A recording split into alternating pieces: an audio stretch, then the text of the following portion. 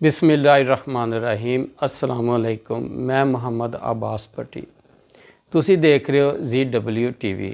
उम्मीद है कि तुसी अल्लाह के हुक्म नाल खैर खरीयत नाल होवोगे और अल्लाह की ज़ात तुहानू खैर खरीयत नाल रखे।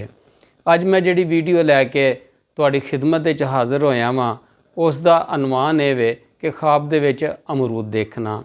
ख्वाब इंसान मुख्तलिफ सूरतां च देखदा है, जिस तरह के ख्वाब दे विच पक्या होया अमरूद खाना, ख्वाब दे विच कच्चा अमरूद खाना, ख्वाब दे विच बदज़ैका अमरूद खाना, ख्वाब दे विच सब्ज़ रंग दा अमरूद खाना, ख्वाब दे विच अमरूद दरख्तों तरोड़ना, ख्वाब दे विच अमरूद दा बाग देखना, ख्वाब दे विच अमरूद बाग दे विचों तरोड़ना, ख्वाब दे विच जर्द अमरूद खाना, ख्वाब दे विच अमरूद दा दरख्त वेखना, ख्वाब दे विच सुरख और मिठा अमरूद खाना, ख्वाब दे विच तुरश अमरूद खाना, ख्वाब दे विच बादशाह नूं अमरूद खांदियां वेखना।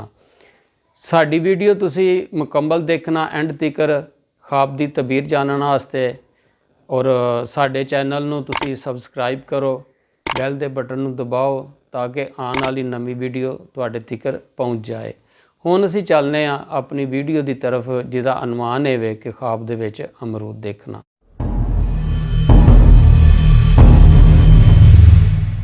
ख्वाब दे विच पक्का होया अमरूद खाना हलाल माल पावेगा तो खुशी मिलेगी। ख्वाब दे विच कच्चा अमरूद खाना रंज गम विच मुबतला दी दलील है। ख्वाब दे विच बदज़ैका अमरूद खाना बदबख्ती दी निशानी है। ख्वाब दे विच सब्ज़ अमरूद खाना हज़रत करमानी रहमतुल्लाह अलैह फरमांदे ने कशादा रिज़क मिलने की दलील है। ख्वाब दे विच दरख्तों अमरूद तोड़ना बेटी पैदा होने ते दौलत पाने की अलामत है। ख्वाब दे विच अमरूद दा बाग वेखना रहमत ते सुकून पाने दी ते मुसीबत तो दूर रहने की दलील।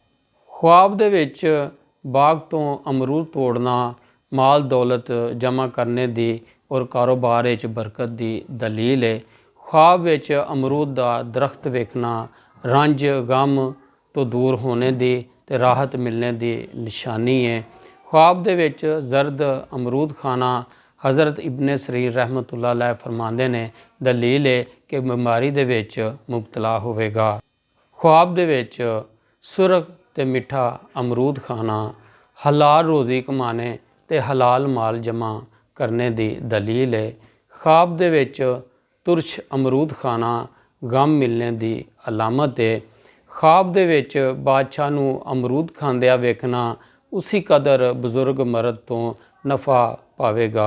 हज़रत जाफर सादक रहमतुल्लाह अलैह फरमांदे ने कि ख्वाब दे विच अमरूद खाना ओदियां कुछ वजूहातां ने माल हलाल औरत मुराद पाना ते नफ़ा। ये सी साडी अज दी ख्वाब दी तबीर। अगली नवी वीडियो आन तिकर तुसी सानू इजाज़त दिओ। ठीक है जी, अल्लाह हाफ़िज़।